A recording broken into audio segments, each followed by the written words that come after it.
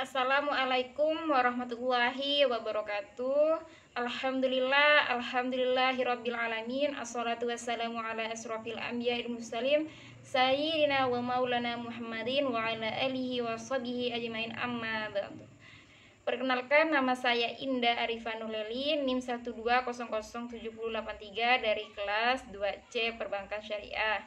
Di sini saya akan menjelaskan sedikit materi yang ke-11, yaitu kaidah-kaidah istinbat atau hukum an-nahyu. Di sini saya akan menjelaskan tentang pengertian nahi. Pengertian nahi secara bahasa kebalikan dari amar. Nahi yang berbentuk masdar dari naha, yanha, dan nahyan yang berarti sebuah larangan. Secara dalam kamus bahasa Arab, an-nahyu atau an-nahi itu sama dibaca rofa, yang berarti sebuah larangan juga. Kedudukan yang lebih tinggi di sini adalah syar'i, Allah Subhanahu wa taala atau rasulnya, dan kedudukan lebih rendah adalah mukallaf. Sedangkan menurut istilah, nahi adalah ungkapan yang meminta agar sesuatu perbuatan dijauhi yang dikeluarkan oleh orang yang kedudukannya lebih rendah. Pembicaraan ulama dalam pembahasan tentang usul fikih yaitu amar, yang menyangkut hakikat, sikap dalam mengucapkan, dan kedudukan yang memberikannya. Berlaku pula dalam pembahasan nahi, yang berarti sebuah larangan. Mayoritas para ulama mendefinisikan usul fikih nahi sebagai berikut: huwa talabul kahfi ala wajhil ilzimi bilafdil ghairi nahwi kahfin. Tuntutan untuk meninggalkan secara pasti tidak menggunakan tinggallah atau yang sejenisnya.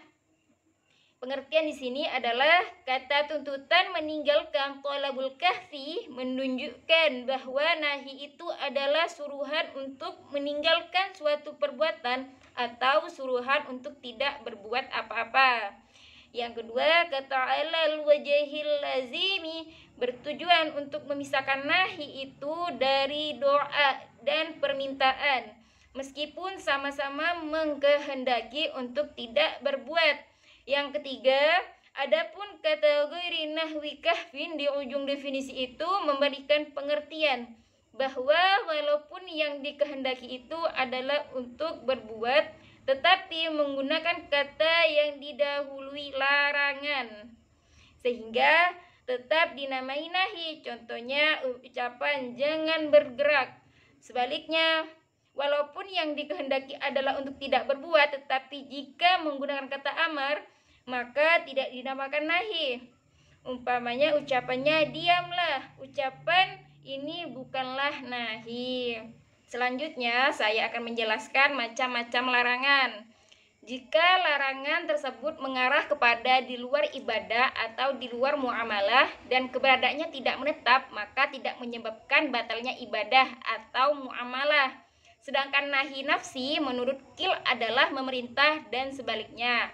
Apabila kebalikannya lebih dari satu perkara, maka diperintah dengan satu perkara tanpa ketentuan. Menurut Qil, nahi nafsi bukan perintah, malah sebaliknya secara pasti. Nahi lafzi bukan esensi dari amar lafzi secara pasti, dan menurut Qaul Aso tidak menyimpan amar.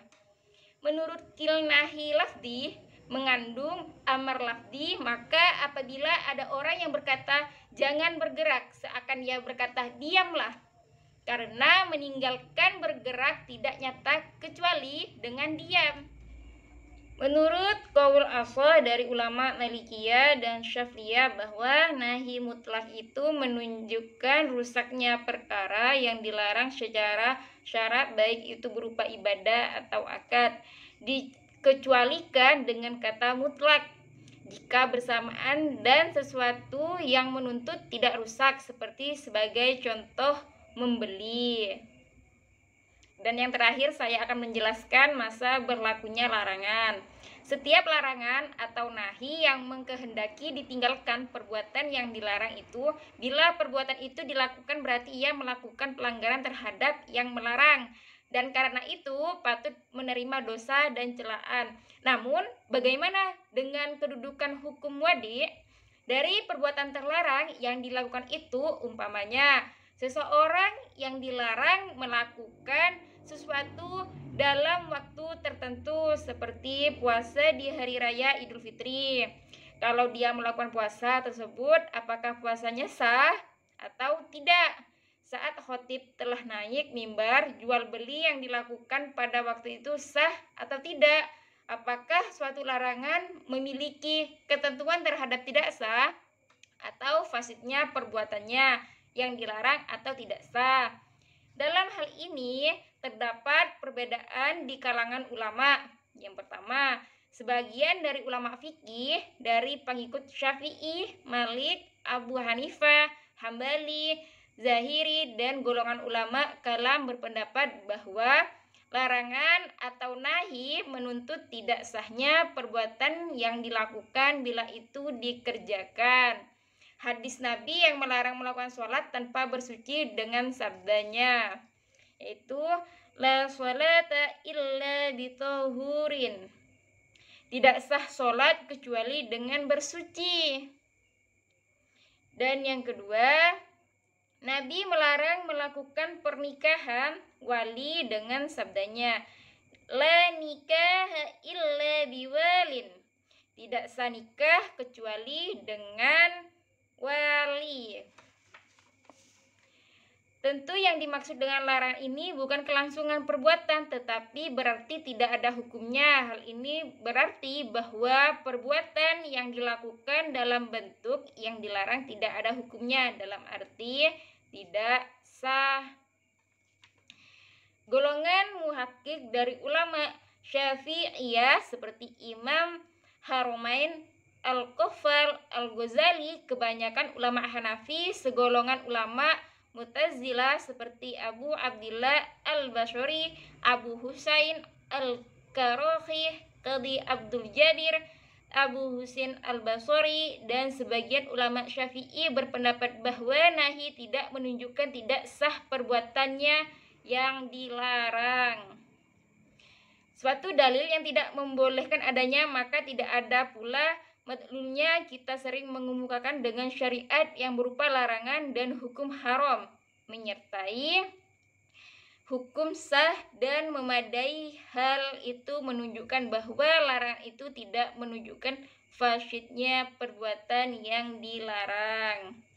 Yang ketiga, pendapat jumhur ulama dapat dikelompokkan kepada beberapa bentuk larangan menurut jenis perbuatan, yaitu suatu larangan bila berlaku dalam ibadah seperti puasa di hari raya atau hari tasyrik, berakibat batalnya puasa yang dilakukan pada hari raya. Yang dilakukan pada hari raya dilarang itu alasannya fasidnya perbuatan yang dilarang dalam ibadahnya, karena ibadah itu dilakukan dengan tujuan mendekatkan diri kepada Allah. Tidak mungkin mendekatkan diri kepada Allah dengan melakukan perbuatan yang dilarangnya.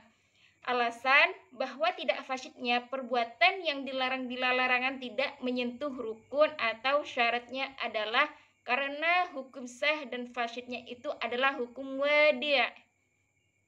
Karenanya akad itu menimbulkan terhadap perbuatan tersebut. Pengaruh hukum dari akad itu mengikuti rukun dan syaratnya yang ditetapkan oleh syar'i.